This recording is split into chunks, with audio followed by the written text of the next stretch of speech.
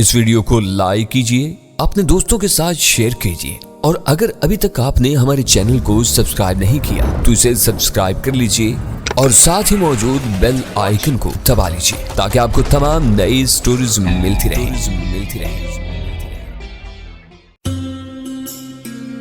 جو اپنی پسند کی عورتیں تلاش کر رہے تھے، مشعل کی تعداد چند سے زیادہ نہیں تھی۔